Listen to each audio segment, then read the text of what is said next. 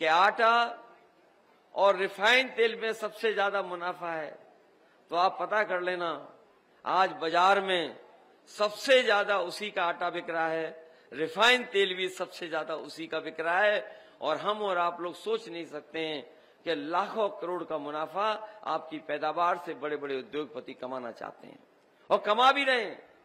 उसी समय समाजवादी पार्टी ये मानती और सोचती है अगर मंडियां हो, मंडियों में रेट मिल जाए तो किसानों को बाजार पर नहीं बल्कि मंडी पे अगर हम बाजार का भाव दे दें तो शायद किसान को दूर नहीं जाना पड़ेगा और मुनाफा और लाभ वहीं पर मिल जाएगा। लेकिन ये सरकार जानबूझ करके मंडियां खत्म कर रही और मंडियों से सब कुछ बर्बाद कर दिया सरकार ने। जहां हमारा किसान दुखी हो गया वहीं नौजवान के सामने संकट है। ये बात मैं नहीं कहता हूं कि नौकरी किसी एक समाज को ये सरकार देना चाहती थी, लेकिन ये नौजवान जो पढ़े लिखे हैं, जो डिग्री हासिल कर करके जिन्होंने नौकरी के लिए परीक्षा लिखने की बात की, आप जानते होंगे नौजवान कि जितनी भी परीक्षा हुई है सरकार में सबके पेपर लीक हो गए। कोई परीक्षा ऐसी नहीं हुई जिसका पेपर लीक न हुआ हो। और अभी तक 10 से ज्यादा ऐसी परीक्षाएं हैं जिनके पेपर लीक हो गए। और अभी हाल में ही जो पुलिस की भर्ती का परीक्षा थी, सरकार ने यह दावा किया कि इस बार पुलिस की भर्ती की परीक्षा 2 दिन होगी और 2 दिन ऐसे इंतजाम होंगे कि पेपर लीक नहीं हो पाएगा। हम सब नौजवानों को हजारों नौकरी दे देंगे। 60,000 के लगभग नौकरियां थीं, लेकिन सरकार ने परीक्षा तो लिखा दी, लेकिन जो सरकार को इंतजाम करना चाहिए था वो इंतजाम नहीं किया और उस परीक्षा का भी पेपर लीक हो गया और नौजवान निराश होकर के घर बैठ गया।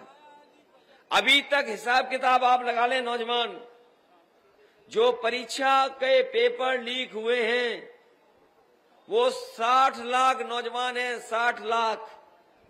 अगर 60 लाख का इस सरकार ने भविष्य अंधकार में डाला है और केवल हम उनके परिवार के 2 सदस्यों को मान लें, मां बाप को जो इस सरकार के खिलाफ हैं, अगर 3 का जो एक परिवार में सरकार के खिलाफ नाराजगी है उसको अगर हम गुणा कर दें 60 लाख से तो 60 लाख गुणा 3 1,80,00,000 और यही 1,80,00,000 जो वोट हैं इनका अगर हम भाग दे दें 80 लोकसभा से तो समझ लो हर लोकसभा में 2,25,000 वोट भारतीय जनता पार्टी का कम हो गया। 60 लाख नौजवान, आपकी नौकरी नहीं छीनी इन्होंने आपका 1/3 जीवन बर्बाद कर दिया। 1/3 जीवन। नौकरी नहीं तो जीवन की शुरुआत भी नहीं हो सकती। तो किसान के साथ साथ नौजवानों को भी इस सरकार ने धोखा दिया और 10 साल में अगर इनका देखें तो हर बात इनकी झूठी निकली और झूठे वादे निकले। लोकतंत्र में इतना झूठ किसी ने नहीं बोला होगा जितना भारतीय जनता पार्टी ने बोला है। और आप में से जिन जिन गांवों से हम लोग आए हैं आप जानकारी कर लें, बहुत सारे ऐसे परिवार के नौजवान होते थे जो फौज की तैयारी करते थे, महीनों सालों तैयारी करते थे और इस उम्मीद में कि उनकी फौज में भर्ती हो जाएगी। बहुत से ऐसे परिवार, अगर एक परिवार का सदस्य फौज में चला गया तो उस परिवार की आर्थिक और सामाजिक स्थिति सुधर गई, सम्मान मिलने लगा और आने वाली उसकी पीढ़ी पढ़ लिख गई और आगे बढ़ गई। लेकिन सरकार ने जब जांच कराई, जानकारी की कि सबसे ज्यादा लाभ फौज में भर्ती से गांव का हो रहा है, किसान का हो रहा है, गरीब का हो रहा है, इन्होंने वो परमानेंट नौकरी, वो पक्की नौकरी फौज की रोक करके और उन्होंने अग्निवीर जैसी आधी अधूरी नौकरी शुरुआत की है। इस नौकरी में न कोई लाभ है, न कोई पेंशन है। अगर शहीद भी हो गए तो कोई सम्मान नहीं मिलने जा रहा। इसलिए हम नौजवानों से कहना चाहते हैं, जो हमारे देश की सीमाओं की रक्षा के साथ समझौता कर सकते हैं, हम समाजवादी लोग कभी स्वीकार नहीं करेंगे। आने वाले समय में सरकार बनेगी इंडिया गठबंधन की तो पहले जैसी भर्ती करा करके अपने नौजवानों को पक्की वर्दी पहनाने का काम करेंगे। कभी कभी मैं ये भी कहता हूं, कई सभाओं में मैंने ये कहा कि अभी तो इन्होंने फौज की 4 साल की नौकरी की है, अगर ये सत्ता में दोबारा आ गए तो हो सकता है ये खाकी वर्दी पहनने वालों की भी 3 साल नौकरी कर दें। सोचो, अगर फौज की 4 साल की नौकरी और हमारे खाकी वर्दी पहनने वालों की 3 साल नौकरी हो गई तो बताओ क्या करेंगे। ये आके हमारे और साथ ही घूमेंगे, हमारे और आपके साथ। कभी कभी लोग सवाल पूछते हैं कि ये होगा नहीं, संभव नहीं है। मैंने उनसे पूछा कि ये बताओ, अग्निवीर का किसने सोचा था कि 4 साल की नौकरी हो जाएगी? किसी ने सोचा था? किसी ने सोचा था कि आधी रात नोटबंदी हो जाएगी? किसी ने सोचा था कि एक कानून जीएसटी का ला करके महंगाई बढ़ा देंगे? और किसी ने ये सोचा था कि ये चंदे के नाम पर वसूली कर लेंगे? बताओ, वसूली की न कि नहीं की? अभी जब मैं आ रहा था तो किसी साथी ने हमें, अपने समाजवादी समर्थित साथी ने स्वागत तो किया ही किया, साथ ही साथ हमें 100 रुपए का चंदा भी दिया। हम और आप लोग एक दूसरे की जब मदद करते हैं चंदा या किसी कार्यक्रम के आयोजन में, तो थोड़ी बहुत मदद करते हैं। जिसकी जैसी हैसियत है उस हिसाब से मदद करता है। कोई 100 रुपए, कोई 500, 1000, 5000, 11000। अगर बहुत संपन्न होगा तो हो सकता है लाख में दे दे। लेकिन कमाल तो ये है कि भारतीय जनता पार्टी ने सरकारी विभागों से दबाव बना करके उन्होंने चंदा नहीं बल्कि वसूली की है, और 1,000 करोड़ रुपया, 500 करोड़ रुपया, 400 करोड़ रुपया। और मैं आपसे कहना चाहता हूं, जो वसूली हुई है उसी की वजह से आज हमें महंगाई का सामना करना पड़ रहा है।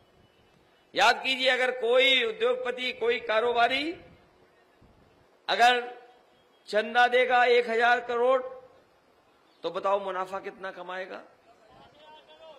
ऐसे ही बड़े बड़े उद्योगपति हैं जिन्होंने चंदा दिया और वो जिनसे वसूली हुई, उन्होंने जब कारोबार किया, अपनी चीजें बाजार में बेची तो उसकी कीमत बढ़ा दी और मुनाफा ज्यादा कमाने का काम किया। न केवल इन्होंने वसूली की बल्कि लोगों को झूठा फंसा दिया। क्या कोई सोच सकता केजरीवाल जेल भेज दिए जाएंगे? क्या कोई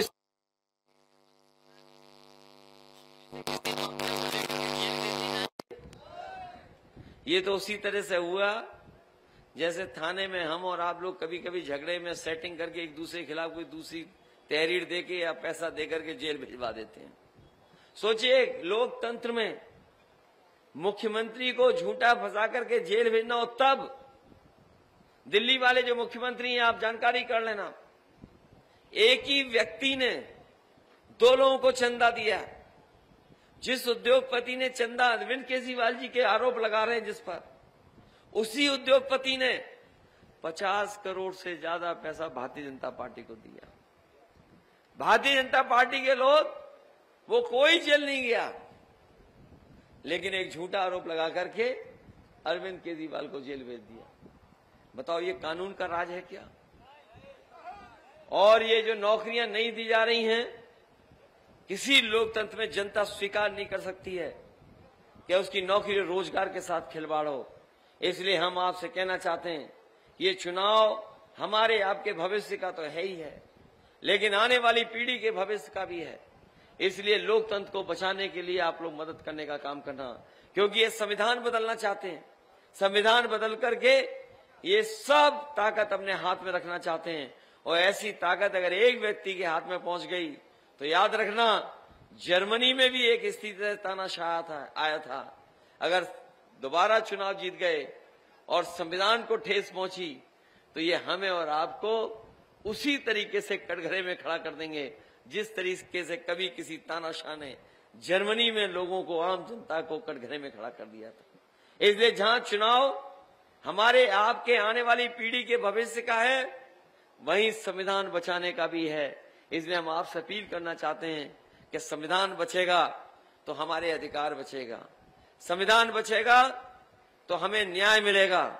संविधान ही हमारी संजीवनी है और संविधान ही है जो हमें आगे बढ़ने का रास्ता दिखाता है। संविधान ही है जो हमारे बीच का भेदभाव को खत्म करता है। और बाबा साहब भीमराव अम्बेडकर जी ने जो संविधान बनाया है, शायद इतना अच्छा संविधान किसी देश का नहीं है जो हमारे भारत को मिला है। इसलिए इस संविधान को बचाने के लिए भी मदद करना।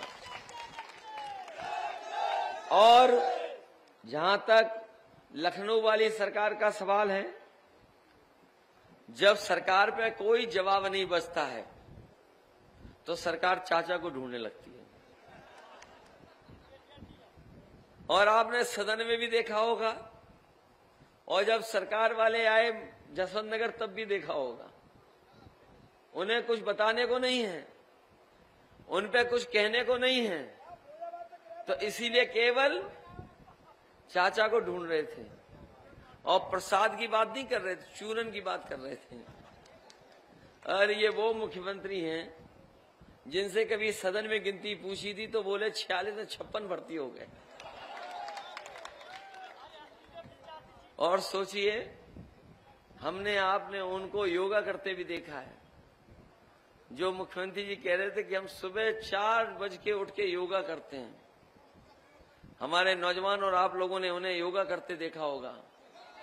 जब वो योगा करने लगे, एक टांग पे खड़े होने लगे, तो ऐसे डगमगा रहे थे जैसे कोई कल्पना नहीं कर सकता। इसलिए ये वोट दीजिए, मदद कीजिए। ये जितना भी विकास दिखाई दे रहा है, ये समाजवादियों की देन है, नेताजी और समाजवादियों का देन है, आपके विधायक जी का देन है। हम आपको भरोसा दिलाते हैं, जिस तरीके से सड़क, बिजली, पानी, एम्बुलेंस की व्यवस्था या 100 नंबर की पुलिस को गाड़ी की व्यवस्था की थी, और अच्छी व्यवस्था करेंगे। हमें याद है 100 नंबर इसलिए बनाया था कि दूर दराज अगर कोई परेशानी तकलीफ में है, अगर उसके ऊपर कोई परेशानी आ गई, संकट आ गया, तो वो फोन मिलाए, 10-15 मिनट में पुलिस पहुंच करके उसकी मदद करे। लेकिन इस सरकार ने वो व्यवस्था भी खराब कर दी, 100 से 112 कर दिया। और हमारे पुलिस भाइयों को लगा कि अगर 100 का 112 किया है तो इसका मतलब हमें इशारा किया है कि हम भी अपने ही टैक्स बढ़ा दें। इन्होंने भी टैक्स बढ़ा दिया, गाड़ियां नहीं बढ़ी, लेकिन इन्होंने भी वसूली बढ़ा दी। जो एम्बुलेंस थी न बढ़ाई, और जो बनी हुई थी वो भी खराब कर दी। ट्रांसफार्मर 24 घंटे में बदल जाता था। जानवर के इलाज के लिए भी गाड़ी दे दी थी कि जानवर न जाए, बल्कि फोन करो तो डॉक्टर आए और आपके गांव में आकर के कुछ इलाज और मदद करने का काम करे। ये सुविधाएं इसलिए थी कि दूर दराज हमारे गांव के लोग रहते हैं, गरीब हैं, वो कहां से इंतजाम करेंगे। इसलिए सरकार अपने पैसे से इंतजाम करे और उनकी मदद करने का काम करे। मैं इस मौके पर यही कहना चाहता हूं कि समाजवादियों ने हमेशा गरीबों का दुख दर्द समझा है। जो नेताजी ने हम लोगों को रास्ता दिखाया, उसी रास्ते पे चल रहे हैं। जो नेताजी ने हम लोगों को समाजवादी आंदोलन विरासत में दिया है, इस समाजवादी आंदोलन को ऊंचे पहुंचा करके और ऊंचाई पे ले जाने का काम करेंगे, जिससे हमारे किसान, गांव और गरीबों का भला हो सके। हम लोग बिना भेदभाव के, बिना किसी ऊंच नीच के आप लोगों की हमेशा मदद करते रहेंगे। इन्हीं शब्दों के साथ आए हुए सभी लोगों का मैं बहुत बहुत आभारी हूं। यहाँ पर पहले भी हम लोग मिले थे, उस समय जब आपसे निवेदन किया था, आपने बहुत अच्छे वोटों से जिताया था। आज फिर उसी बरगद के पेड़ के नीचे, उसी स्कूल में दोबारा हम लोग मिल रहे हैं। हमें उम्मीद है कि इस बार चुनाव में आप लोग पहले से ज्यादा मतदान करेंगे। और मई की 1 तारीख है, आ गई मई और चली गई भाजपा, गई भाजपा अब तो।